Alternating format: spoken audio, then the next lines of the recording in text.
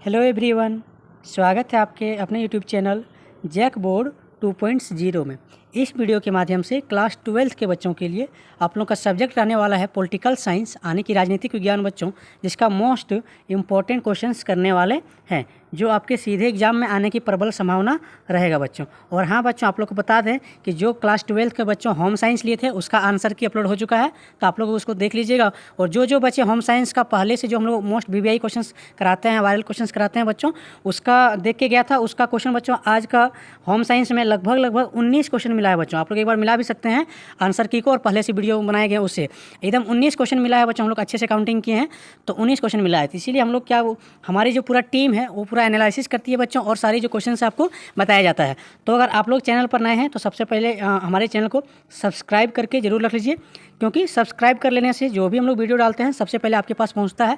साथ ही साथ बच्चों क्लास 12 का जितना भी आंसर की है अलग से प्लेलिस्ट बना दिया गया है। आप लोग जितना भी एग्जाम दिए हैं, बाद में अगर अभी आप लोग पढ़ाई कीजिए, बाद में भी आप लोग आंसर की मिला सकते हैं। अलग से आंसर की क्लास 12 2025 करके प्लेलिस्ट अलग से बना हुआ है, तो आप लोग सारे सब्जेक्ट का आंसर की मिला लीजिएगा, आपने कितना नंबर लाया है, कितना सही किया है। इस वीडियो में बच्चों पॉलिटिकल साइंस यानी कि राजनीतिक विज्ञान का मोस्ट वीवीआई क्वेश्चंस करने वाले हैं, जिसका क्वेश्चन आंसर जो है आपका एग्जाम में आने की प्रबल संभावना रहेगी। चलिए देर न करते हुए वीडियो को स्टार्ट करते हैं। साथ ही साथ बच्चों एक क्वेश्चंस के साथ साथ हम लोग एक्स्ट्रा फैक्ट्स भी चर्चा करेंगे, जो आप ध्यान से सुनिएगा, क्योंकि वो जो एक्स्ट्रा फैक्ट्स बताएंगे वो उससे भी एग्जाम में डायरेक्ट क्वेश्चन देखने को मिलेगा बच्चों। चलिए पहला क्वेश्चन पढ़ते हैं। पहला क्वेश्चन क्या पूछा गया आपका, भारत में राज्य पुनर्गठन आयोग की स्थापना किस वर्ष हुई थी। तो जो बच्चों भारत में राज्य पुनर्गठन आयोग थी, इसकी स्थापना किस वर्ष हुई थी। तो यहाँ पे आपका ऑप्शन दिया हुआ है। ऑप्शन नंबर 1 में है 1951, ऑप्शन बी में है 1952। उसी तरह नेक्स्ट बढ़ते हैं, ऑप्शन 3 में है आपका 1953, ऑप्शन 4 में 1954। तो बच्चों राज्य पुनर्गठन जो क्वेश्चन आया है कि भारत में राज्य पुनर्गठन आयोग की स्थापना किस वर्ष हुई थी, तो राइट आंसर याद रखिएगा आपका 1953 में हुआ था। कब स्थापना हुआ था इसका, 1953। यहाँ पे बच्चों सही हो जाएगा, यानी कि ऑप्शन नंबर आपका यहाँ पे सी बिल्कुल सही हो जाएगा। ठीक है, चलिए यहाँ तक आप लोग समझ पाए। अब एक्स्ट्रा फैक्ट्स की बात करते हैं बच्चों कि आपका यहाँ पे इस क्वेश्चन पे एक्स्ट्रा फैक्ट्स क्या है। तो ये तो हम समझ गए कि भारत में राज्य पुनर्गठन आयोग की स्थापना किस वर्ष हुई थी, तो 1953 में हुई थी। ठीक है, अब यहाँ पे एक जो ऑप्शन दिया गया 1951, इसके बारे में क्या याद रखिएगा कि 1951 में बच्चों स्वतंत्र भारत, यानी कि जब भारत आज़ाद हो चुका था 1947 में, तो स्वतंत्र भारत का पहला जनगणना हुआ था। जब क्वेश्चन आएगा कि स्वतंत्र भारत में पहला जो जनगणना हुआ था वो किस वर्ष हुआ था, तो 1951 राइट आंसर होगा बच्चों। ठीक है, तो ये एक चीज़ आप लोग को एक्स्ट्रा फैक्ट्स बता दिए जो आपके एग्जाम में आने की संभावना रहेगा। क्वेश्चन आएगा आपके स्वतंत्र भारत का सबसे पहली जनगणना कब हुई थी, तो आंसर क्या याद रखिएगा 1951 याद रखिएगा। ठीक है, चलिए ये यहाँ पे एक एक्स्ट्रा फैक्ट्स बताएं बच्चों। इसी तरह सारे क्वेश्चन पे कुछ ना कुछ एक्स्ट्रा फैक्ट्स बताएंगे जो आपके एग्जाम में आने की प्रबल संभावना रहेगी। तो आपका क्वेश्चन नंबर 1 का राइट आंसर क्या हो गया कि भारत में राज्य पुनर्गठन आयोग की स्थापना किस वर्ष हुई थी, तो आंसर क्या याद रखिएगा 1953 बिल्कुल सही हो जाएगा। अब यहाँ पे आपका ऑप्शन नंबर सी में दिया हुआ था। चलिए अगला क्वेश्चन देख लेते हैं। क्वेश्चन नंबर आपका 2 में देखिए क्या पूछा गया है। क्वेश्चन नंबर 2 में बोला गया आपका इनमें से कौन सा सोवियत संघ के विघटन का परिणाम नहीं है, यानी कि जब सोवियत संघ विघटन हुआ यानी कि टूटा तो उसका परिणाम क्या नहीं है। ऑप्शन का में है आपका अमेरिका और सोवियत संघ के बीच वैचारिक युद्ध का अंत हो गया, यानी कि जब सोवियत संघ का घटना हुआ इसका परिणाम क्या ये निकला। उसके बाद है ऑप्शन ख में स्वतंत्र राज्यों के राष्ट्रकुल का जन्म हुआ, या शक्ति संतुलन में बदलाव हुआ, या मध्य पूर्व में संकट। तो क्वेश्चन नंबर 2 का जो राइट आंसर हो जाएगा बच्चों ऑप्शन नंबर आपका यहाँ पे डी बिल्कुल सही हो जाएगा, मध्य पूर्व में संकट। यानी कि सोवियत संघ का जब विघटन हुआ तो उसका परिणाम कौन सा नहीं है, तो मध्य पूर्व में संकट नहीं आया था। ये आपका आंसर सही हो जाएगा। बाकी ये जो क ख का जो ऑप्शन दिया है ये आपका सोवियत संघ जब विघटन हुआ था तब ये तीनों आपका परिणाम निकल कर आया था। ठीक है, चलिए ये आप लोग का क्वेश्चन नंबर 2 क्लियर हो गया बच्चों। ठीक है, कि सोवियत संघ के विघटन का परिणाम कौन सा नहीं है, तो ऑप्शन नंबर डी सही है, मध्य पूर्व में संकट। नेक्स्ट क्वेश्चन की बात कर लेते हैं। क्वेश्चन नंबर आपका 3। क्वेश्चन नंबर 3 में क्या पूछा गया आपका, इनमें से किस क्षेत्र में अमेरिकी वर्चस्व देखा जा सकता है, तो सैन्य क्षेत्र में, आर्थिक क्षेत्र में, या सांस्कृतिक क्षेत्र में। तो बच्चों जो अमेरिकी का वर्चस्व है ये आपके तीनों क्षेत्र में देखा जाता है, यानी कि ऑप्शन नंबर आपका घ बिल्कुल सही जगह उपरोक्त सभी। तो 99% केस में उपरोक्त सभी क्या होता है, सही हो जाता है बच्चों। तो क्वेश्चन नंबर 3 का राइट आंसर आपका ऑप्शन नंबर डी हो गया, उपरोक्त सभी के जो अमेरिका का जो वर्चस्व है वो सैन्य क्षेत्र में भी देखा जाता है, आर्थिक क्षेत्र में भी देखा जाता है, और सांस्कृतिक क्षेत्र में भी देखा जाता है। चलिए अगला क्वेश्चन पढ़ते हैं क्वेश्चन नंबर 4। और आगे बढ़ने से बच्चों, अगर आप लोग अभी तक हमारे वीडियो को लाइक नहीं किए हैं तो प्लीज़ वीडियो को लाइक कर दीजिएगा, क्योंकि वीडियो बनाने में बहुत मेहनत करना पड़ता है बच्चों, बहुत टाइम स्पेंड हम लोग करते हैं और आपके लिए मोस्ट सेलेक्टेड क्वेश्चन लेके आते हैं, जिससे आपकी पूरी प्रबल संभावना रहती है कि आपके एग्जाम में क्वेश्चन आएगा ही बच्चों। ठीक है, तो अभी तक अगर आप लोग हमारे चैनल को सब्सक्राइब नहीं किया है तो सबसे पहले आप लोग चैनल को हमारे सब्सक्राइब भी जरूर कर लीजिएगा, साथ ही साथ वीडियो को लाइक कर दीजिएगा। चलिए अगला क्वेश्चन पढ़ते हैं, क्वेश्चन नंबर 4। क्वेश्चन नंबर 4 में पूछा गया आपका, नीति आयोग ने भारत सरकार के किस संगठन का स्थान लिया है। तो नीति आयोग सबसे पहले समझ लेते हैं बच्चों कि नीति आयोग कब लागू हुआ था। तो नीति आयोग देखिए, यहाँ पे जो नीति आयोग आप लोग पढ़ रहे हैं ये आपका 1 जनवरी 2015 को लागू हुआ था।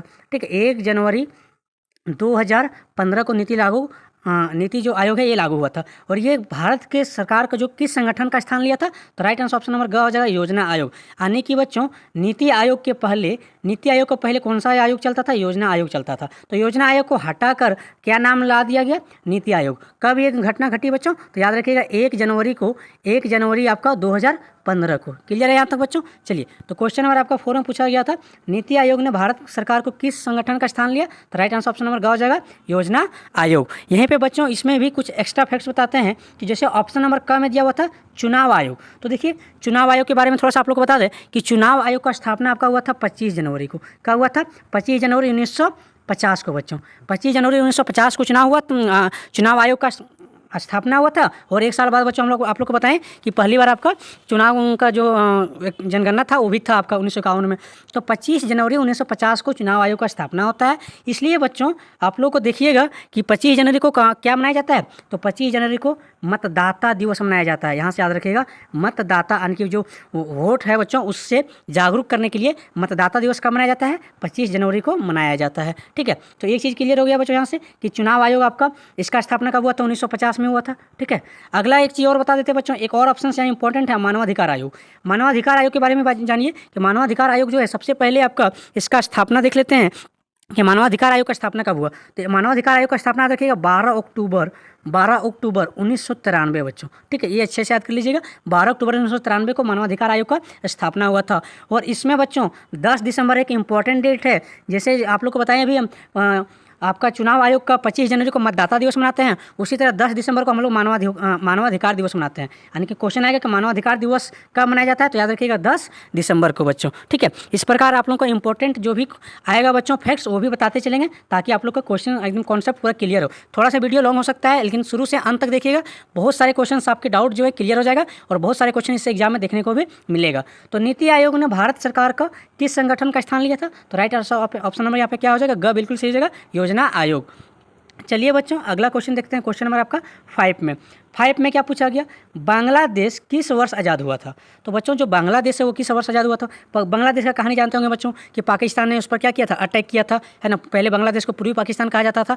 तो ये आपका देखिए 26 मार्च, याद रखिएगा 26 मार्च 1971 को क्या हुआ था, लड़ाई प्रारंभ हो गया था। ठीक है, तो इस प्रकार बच्चों जो बांग्लादेश को आज़ाद कब मिला, तो ऑप्शन देखिए 1971 दिया है, आगे देखेंगे 1965 1972 दिया है। तो क्वेश्चन नंबर 5 का राइट आंसर हो जाएगा बच्चों ऑप्शन नंबर आपका ए बिल्कुल सही हो जाएगा। 1971 में बांग्लादेश को क्या मिल गया, आज़ादी। डेट क्या था बच्चों आपका 16 दिसंबर। क्या डेट था आपका 16 दिसंबर, जब लड़ाई को क्या हो गया, खत्म हो गया। सेम डेट में बच्चों 1971 में ही, है ना।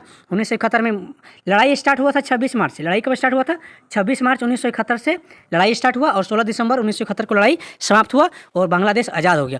तो बांग्लादेश बच्चों कब आज़ाद हुआ, तो क्वेश्चन नंबर 5 का राइट आंसर ऑप्शन नंबर का हो जाएगा 1971 को बांग्लादेश आज़ाद हुआ था। तो बच्चों यहाँ पे एक्स्ट्रा फैक्ट्स क्या जानेंगे कि सबसे पहले कि बांग्लादेश 16 दिसंबर को कौन सा दिवस मनाता है, उस दिसंबर को बच्चों विजय दिवस मनाया जाता है, क्योंकि उस दिन वो क्या हुए थे, विजय हुए थे, जिसको हम लोग विक्टोरी डे बोलते हैं। ठीक है, तो क्वेश्चन आएगा 16 दिसंबर को बच्चों बांग्लादेश विजय दिवस मनाता है, यानी कि विक्टोरी डे मनाता है। वहीं पे बच्चों बांग्लादेश तो इंडिपेंडेंस जो है यानी कि स्वतंत्रता दिवस ये आपका 26 मार्च को ही मनाता है। कब मनाते हैं, 26 मार्च। जैसे हम लोग बच्चों यहाँ पे मनाते हैं उसी तरह वहाँ पे 26 मार्च को स्वतंत्रता दिवस मनाते हैं बांग्लादेश में। चलिए आप लोग के यहाँ तक क्लियर हो गया होगा। नेक्स्ट क्वेश्चन देखते हैं, क्वेश्चन नंबर आपका 6 में। अगर वीडियो अच्छा लग रहा हो बच्चों, ठीक है, तो आप लोग जरूर से जरूर वीडियो को लाइक कीजिएगा और अपने सहपाठियों पर शेयर कीजिएगा। अगला क्वेश्चन है, बम्बई योजना का क्या उद्देश्य था बच्चों। जो बम्बई योजना आया था इसका उद्देश्य क्या था। सबसे पहले देखिए बम्बई योजना आपका कब आया था, तो 1994 में आया था बच्चों। कब आया था, बम्बई योजना आपका 1994 में आया था। इसको आर्थिक विकास के लिए लाया गया था, यानी कि जो आर्थिक मतलब क्या होता है बच्चों, पैसा से रिलेटेड याद कीजिएगा। तो आर्थिक विकास करने के लिए, बम्बई का आर्थिक विकास करने के लिए ये लाया गया था। उद्योगपतियों को विकास कर रहा था, ठीक है, ताकि सरकार जो है औद्योगिक क्षेत्र में निवेश करके आर्थिक विकास कर सके। तो आपका क्वेश्चन नंबर जो आपका 6 है, 6 का ऑप्शन नंबर बी यहाँ पे बिल्कुल करेक्ट हो जाएगा कि बम्बई योजना का उद्देश्य क्या था, सरकार को औद्योगिक और आर्थिक निवेश के क्षेत्र में बड़े कदम उठाने चाहिए। ये आपका बम्बई योजना का उद्देश्य था और ये कब आया था, 1994 में आया था बच्चों। ठीक है, तो क्वेश्चन नंबर 6 का ऑप्शन नंबर आपका यहाँ पे खा बिल्कुल सही हो जाएगा। चलिए आगे देखते हैं क्वेश्चन नंबर आपका 7 में आपका पूछा गया पंचवर्षीय योजना का उद्देश्य क्या था। तो ये भी कौन सा बच्चों, प्रथम पंचवर्षीय योजना पूछा गया। जब फर्स्ट पंचवर्षीय योजना आया था ये बच्चों, तो ये आपका इसका उद्देश्य क्या था। तो ऑप्शन नंबर यहाँ पे क्वेश्चन का 7 का क बिल्कुल सही जाएगा।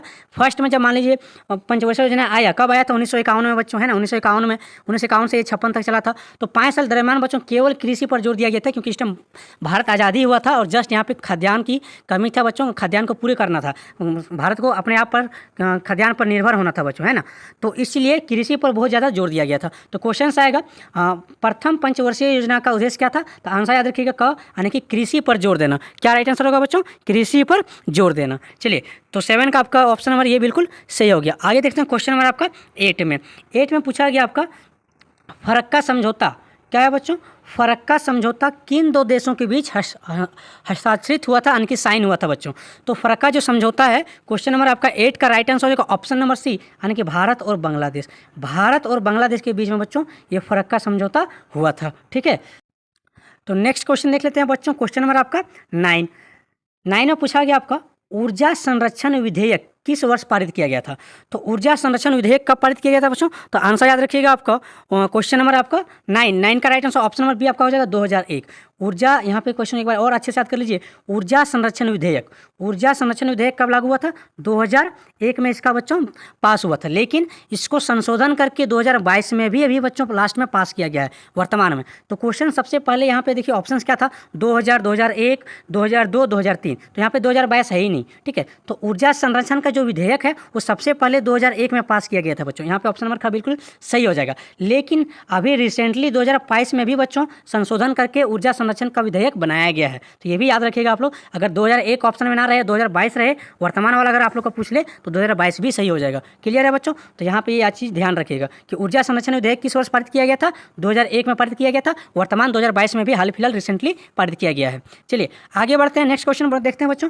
नेक्स्ट क्वेश्चन नंबर 10 में क्या पूछा गया आपका, सीमांत गांधी के नाम से किसे जाना जाता है। तो क्वेश्चन नंबर आपका 10 का राइट आंसर हो जाएगा ऑप्शन नंबर बी, यानी कि खान अब्दुल गफ्फार खान बच्चों।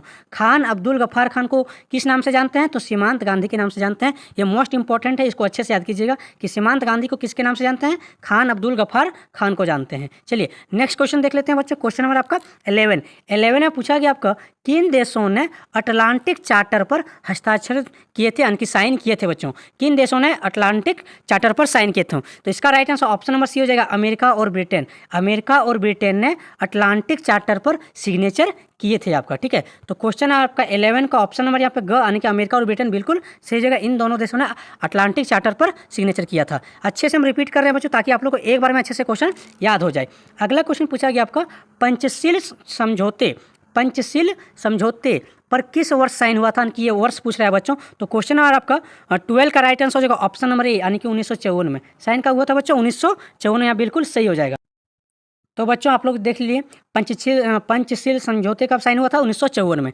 चलिए अगला क्वेश्चन देख लेते हैं। क्वेश्चन नंबर 13 में आपका पूछा गया वैश्वीकरण के संदर्भ में प्रवाह शब्द का क्या अर्थ होता है। जो प्रवाह शब्द होता है बच्चों उसका क्या मीनिंग निकलता है। तो क्वेश्चन नंबर 13 का राइट आंसर हो जाएगा आपका ऑप्शन नंबर बच्चों क में दिया है, विश्व के एक भाग से दूसरे भाग तक विचारों का संचालन, एक स्थान से दूसरे स्थान तक पूंजी का आवागमन और विभिन्न देशों से माल की आवाजाही। तो यहाँ पे बच्चों देखिए ऑप्शन नंबर घ में दिया उपरोक्त सभी। जैसा कि बताएं आप लोग का 99% केस में क्या होता है, उपरोक्त सभी सही होता है बच्चों। तो यहाँ पे घ नंबर बिल्कुल सही हो जाएगा। प्रवाह का क्या मतलब था, यहाँ पे देख लीजिए क्वेश्चन नंबर आपको पूछा था वैश्वीकरण के संदर्भ में प्रवाह का क्या मतलब होता है। तो प्रवाह का मतलब होता है कि विश्व के एक भाग से दूसरे भाग तक विचारों का संचालन, यानी कि एक देश से दूसरा देश का जो विचार का संचालन होता है बच्चों उसे हम लोग प्रवाह कहते हैं। एक स्थान से दूसरे स्थान तक पूंजी का जो आवागमन होता है उसे भी प्रवाह कहते हैं। और उसी प्रकार बच्चों आप लोगों का विभिन्न देशों में माल की आवाजाही जो होता है उसे भी प्रवाह कहते हैं, यानी कि ऑप्शन नंबर घ बिल्कुल सही हो जाएगा। चलिए अगला क्वेश्चन देख लेते हैं। क्वेश्चन नंबर आपका फोर्टीन्थ में पूछा गया आपका 1965 के युद्ध की समाप्ति पर भारत और पाकिस्तान के बीच किस समझौते पर साइन हुआ था। तो याद बच्चों है, जब 1965 में भारत और पाकिस्तान के युद्ध हुआ था तो कौन सा समझौता हुआ था। तो क्वेश्चन नंबर बच्चों 14 का राइट आंसर हो जाएगा ऑप्शन नंबर बी, यानी कि ताशकंद समझौता। बच्चों ताशकंद समझौता हुआ था 1965 में।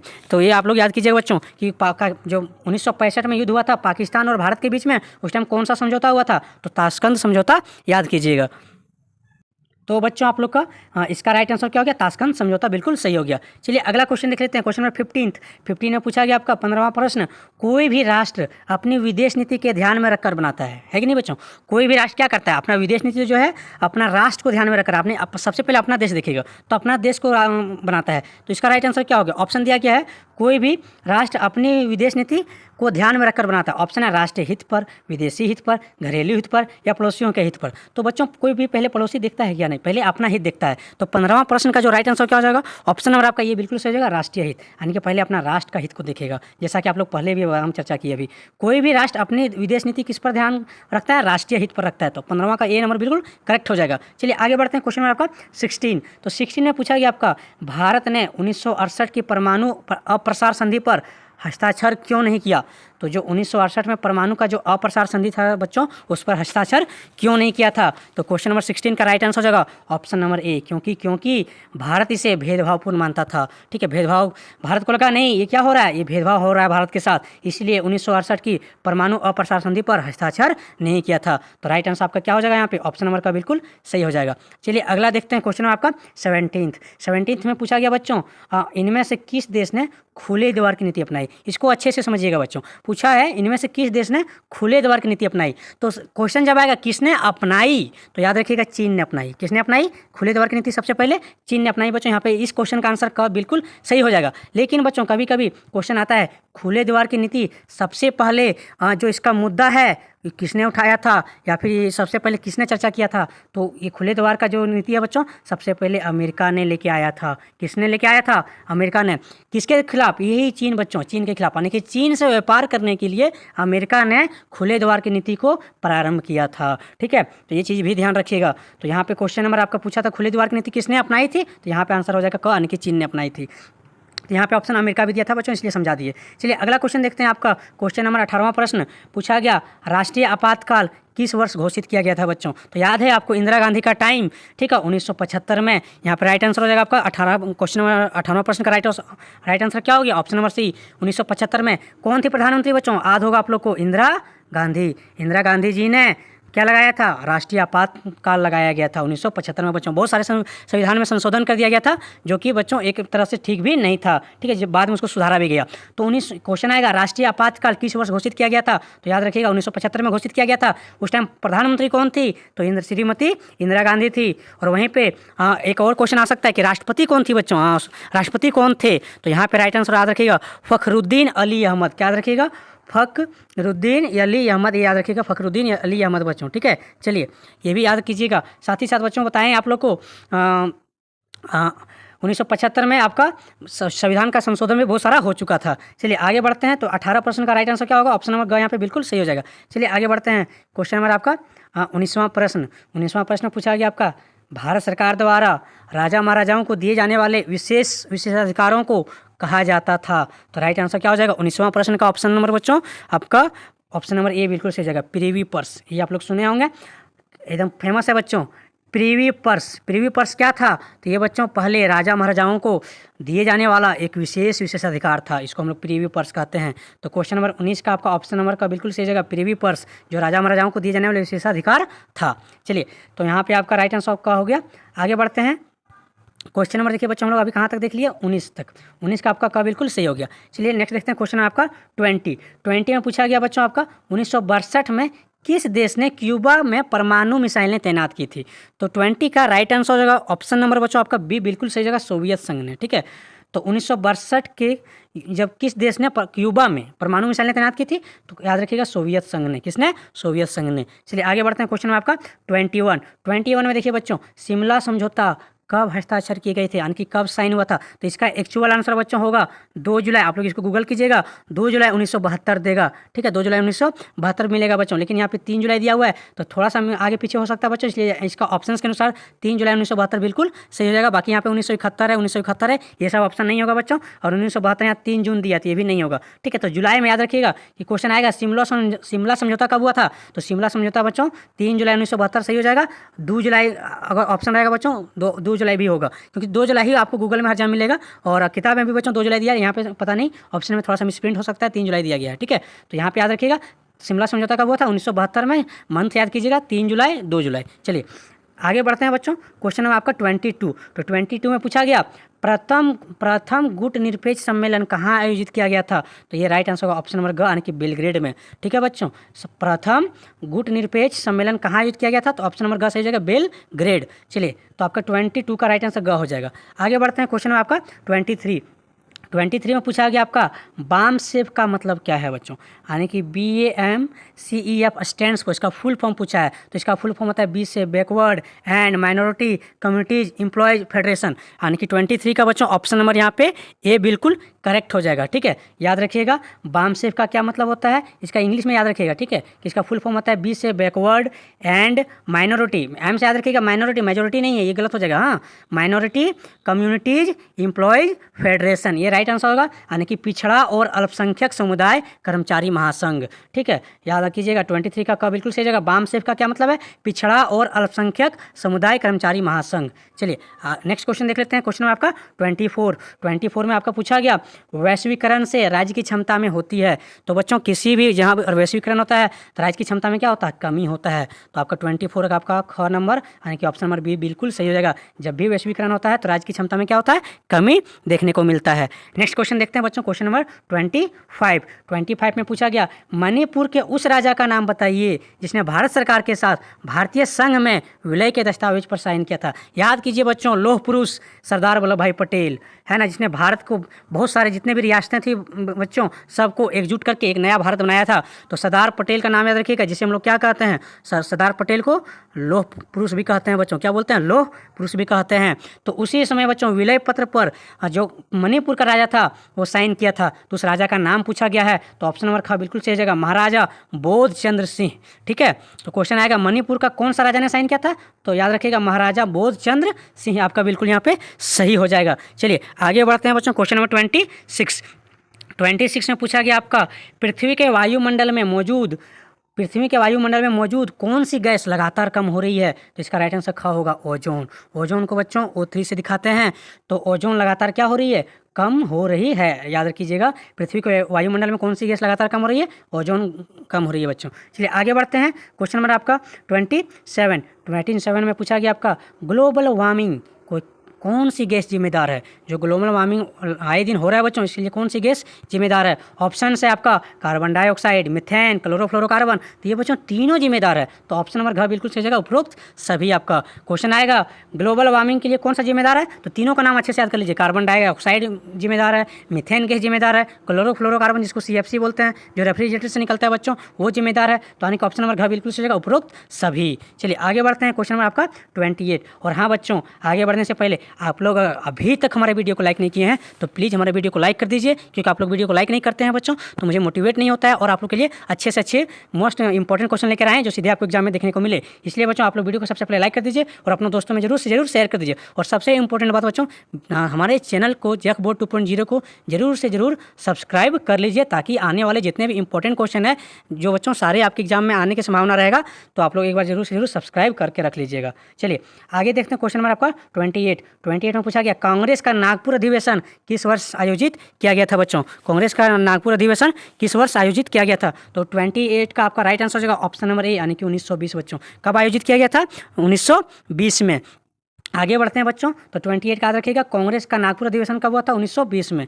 चलिए नेक्स्ट क्वेश्चन देखते हैं, क्वेश्चन नंबर आपका 29 में पूछा गया बच्चों पहला अंतर्राष्ट्रीय पृथ्वी शिखर सम्मेलन कब आयोजित किया गया था। पहला अंतर्राष्ट्रीय पृथ्वी शिखर सम्मेलन कब आयोजित किया गया था बच्चों? तो ऑप्शन नंबर यहाँ पे का बिल्कुल सही जगह 1992। ये रिपीट क्वेश्चन है बच्चों, लास्ट वीडियो में बताएं। इससे पहले भी बच्चों पॉलिटिकल साइंस का हम VBI इंपॉर्टेंट क्वेश्चन अपलोड कर चुके हैं। आपने अगर उसको भी नहीं देखा है तो लिंक डिस्क्रिप्शन में रहेगा, प्लेलिस्ट बना रहेगा पॉलिटिकल साइंस का, वहाँ से आप लोग जरूर एक बार चेकआउट करके अच्छे से सारी वीडियो याद कर लीजिएगा, जिससे बच्चों आप लोग का 30 में से 30 आएगा बच्चों, एक भी क्वेश्चन आपके बाहर से नहीं रहेगा। पहला अंतर्राष्ट्रीय पृथ्वी शिखर सम्मेलन कब आयोजित किया गया था? तो ऑप्शन नंबर का बिल्कुल सही जगह 1992। 1992 बिल्कुल यहाँ पे सही हो जाएगा। चलिए बच्चों, लास्ट क्वेश्चन करने से पहले कुछ आप लोग को संविधान, चूंकि हम लोग बच्चों पॉलिटिकल साइंस पढ़ रहे हैं तो कुछ एक्स्ट्रा क्वेश्चन भी कर देते हैं बच्चों, जो आपके एग्जाम से आने की प्रबल संभावना रहेगा। सबसे पहले बच्चों जो आपका एक लगता है, जैसे अभी हम लोग एक क्वेश्चन पढ़े थे आपातकाल, तो आपातकाल बच्चों कभी कभी राज्य में भी लगता है, जिसको हम लोग राज्य में लगता है राज्यपाल के द्वारा, जो राष्ट्रपति शासन कहते हैं, है ना। मान लीजिए किसी राज्य में मुख्यमंत्री अचानक से नहीं है, या फिर और वहाँ पे कुछ हो गया बच्चों घटना, जो जिसको लगा राज्यपाल को नहीं, यहाँ पे अब मुख्यमंत्री काम नहीं संभाल पा रहे हैं, तो वहाँ पे मुख्यमंत्री के वहाँ के जो राज्यपाल होते हैं, किसी राज्य के राज्यपाल, वो क्या करते हैं, राष्ट्रपति को एक चिट्ठी लिखते हैं और राष्ट्रपति शासन लागू करने के लिए बोलते हैं। तो क्वेश्चन आएगा कि राज्य में जो राष्ट्रपति शासन लागू होता है वो किस संविधान के आर्टिकल में दिया गया है? तो आर्टिकल नंबर बताने के अनुच्छेद नंबर बता रहे हैं बच्चों, तो अनुच्छेद जो 356 है, याद कीजिएगा, अनुच्छेद 356। अनुच्छेद 356 इंपॉर्टेंट है बच्चों।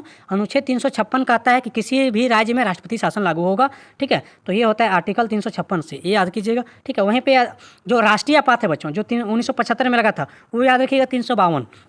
क्या रखिएगा कि राष्ट्रीय आपात यानी कि पूरे भारत में आपात का लागू होगा बच्चों, तो आर्टिकल 352 यानी कि अनुच्छेद 352 होता है बच्चों। वहीं पे बच्चों एक और चीज़ एक्स्ट्रा बता रहे हैं आपको कि जो बच्चों तो कुछ एक्स्ट्रा बता रहे हैं, जैसे एक महात्मा गांधी के बारे में बता रहे हैं कि महात्मा गांधी जी ने एक पुस्तक लिखा था, स्वराज हिंद। क्या लिखा था? स्वराज हिंद। क्वेश्चन से ये भी आता है बच्चों कि स्वराज हिंद पुस्तक किसने लिखी थी? तो महात्मा गांधी जी ने लिखी थी। और महात्मा गांधी जी के बारे में थोड़ा सा जान लीजिए कि महात्मा गांधी जी ने बहुत सारे क्या आंदोलन किए थे बच्चों, है ना, गांधी जी ने, जैसे आपका असहयोग आंदोलन, ठीक है, और आपका याद कीजिएगा सविनय अवज्ञा आंदोलन, दांडी मार्च, ये सब सारे बच्चों जितने भी है, चूंकि आप लोग का हिस्ट्री भी एग्जाम है और हिस्ट्री का भी बहुत सारा वीडियो अपलोड करेंगे बच्चों, उसमें भी देखिएगा, ठीक है। तो गांधी जी के बारे में जरूर अच्छे से आप लोग पढ़ लीजिएगा, क्योंकि गांधी जी से 1-2 क्वेश्चन रहेगा ही रहेगा बच्चों एग्जाम में। चलिए, तो 29 नंबर का क्वेश्चन क्लियर हो गया बच्चों। आगे बढ़ते हैं क्वेश्चन आपका 30 में। 30 में आपका क्या पूछा गया? देखिए बच्चों, 30 में पूछा गया आपका लीग ऑफ नेशंस का उत्तराधिकारी कौन सा संगठन था? यानी कि लीग ऑफ जो नेशंस है बच्चों, उसका उत्तराधिकारी कौन है? तो ऑप्शन नंबर ये सही हो जाएगा UNO। क्या हो जाएगा? UNO आपका ये राइट आंसर हो जाएगा। ये आपका लीग ऑफ नेशंस का उत्तराधिकारी का संगठन था। तो बच्चों यहाँ पे देख लीजिए, थोड़ा सा UNO के बारे में बता देते हैं। UNO का फुल फॉर्म होता है यूनाइटेड नेशंस। क्या होता है? United Nations. इसका हेडक्वार्टर कहाँ है बच्चों? याद कीजिएगा, UNO का हेडक्वार्टर है न्यूयॉर्क में। कहाँ पे है बच्चों? न्यूयॉर्क आप लोग सुने होंगे। तो न्यूयॉर्क में क्या है? आपका हेडक्वार्टर है UNO का। और UNO का स्थापना कब हुआ था बच्चों? तो याद कीजिएगा, UNO का स्थापना हुआ था 24 अक्टूबर 1945। ये भी याद कीजिएगा बच्चों कि UNO का स्थापना 24 अक्टूबर 1945 को हुआ था। और UNO का फुल फॉर्म होता है यूनाइटेड नेशंस होता है। ये पूरा दुनिया में शांति बहाल के लिए जाना जाता है बच्चों, भले ये काम करे या ना करे, लेकिन UNO इसका काम वही है कि पूरा दुनिया में शांति बहाल करे, ठीक है। इसका हेडक्वार्टर याद कीजिएगा, UNO का हेडक्वार्टर आपका न्यूयॉर्क में है। स्थापना याद कीजिएगा 24 अक्टूबर 1945 बच्चों, ठीक है। बहुत सारे देश इसमें जुड़े हुए हैं। उसी वहीं बात करते हैं बच्चों SARS, SARC। तो इसका बच्चों आपका स्थापना हुआ था 8 दिसंबर को 1985 में। कब हुआ था? 8 दिसंबर 1985 को हुआ था बच्चों। और SARS बच्चों इसका हेडक्वार्टर कहाँ है? तो याद रखिएगा, SARS का जो हेडक्वार्टर है ये नेपाल का काठमांडू में है।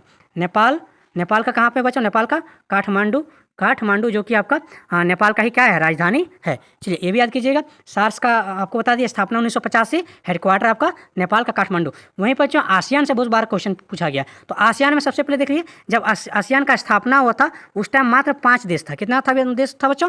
मात्र 5 देश था। और आसियान में इसका क्वेश्चन आएगा कि इसका आसियान का हेडक्वार्टर कहाँ है? तो बच्चों ये आपका इंडोनेशिया का राजधानी जकार्ता में है। इंडोनेशिया का राजधानी कहाँ पे है? जकार्ता में है इसका हेडक्वार्टर। वहीं से आपका काम सारा कुछ होता है। और इसका स्थापना बच्चों, आसियान का स्थापना कब हुआ था? 1967 में हुआ था। 1967 में आसियान का स्थापना हुआ था। हेडक्वार्टर बता दिए, इंडोनेशिया का राजधानी जकार्ता में था बच्चों, ठीक है। वहीं पर जो साप्टा है बच्चों, ये आपका कहीं ना कहीं आपका ये बच्चों SARS से ही कुछ रिलेट करके वो बनाया गया था साप्टा को। ये 2006 में अस्तित्व में वैसे मिलता है और 2004 में इसका स्टार्ट हुआ था बच्चों, ठीक है। तो SARS के बारे में एग्जाम में उतना क्वेश्चन नहीं आता है, तो ये आप तीनों अच्छे साथ कीजिएगा। आसियान मोस्ट इंपॉर्टेंट था, इसमें टोटल 5 सदस्य था स्थापना के वर्ष, ठीक है। जब स्थापना होता आसियान का तब मात्र 5 सदस्य था। यहाँ पे नाम से में देखिए 5 लेटर्स है, यहाँ से 5 याद कीजिएगा, ठीक है। 5 सदस्य था और इसका स्थापना 1967 में हुआ था। चलिए बच्चों, आप लोग का क्वेश्चन नंबर 30 तक बता दिए, सारे क्वेश्चन क्लियर हो गया होगा। वीडियो अच्छा लगा होगा जरूर से लाइक कीजिएगा और चैनल को ज़्यादा से ज़्यादा शेयर कीजिए। कीजिएगा बच्चों, और जरूर से जरूर आप लोग सब्सक्राइब कर लीजिएगा। और आप लोग कमेंट में जरूर बताइए नेक्स्ट आप लोग का कौन सा सब्जेक्ट का वीडियो अपलोड करें बच्चों। और ठीक है बच्चों, धन्यवाद। जय हिंद, जय झारखंड।